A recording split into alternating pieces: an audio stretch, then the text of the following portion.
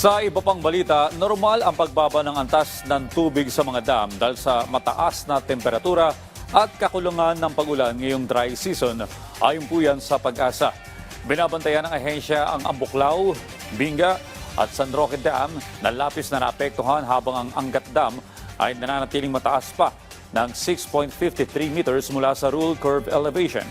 Ayon pa sa Pag-asa, maaaring magkaroon ng mga pag-ulan at localized thunderstorms ngayong Abril at Mayo, pero hindi ito sapat para mapataas ang antas ng mga reservoir.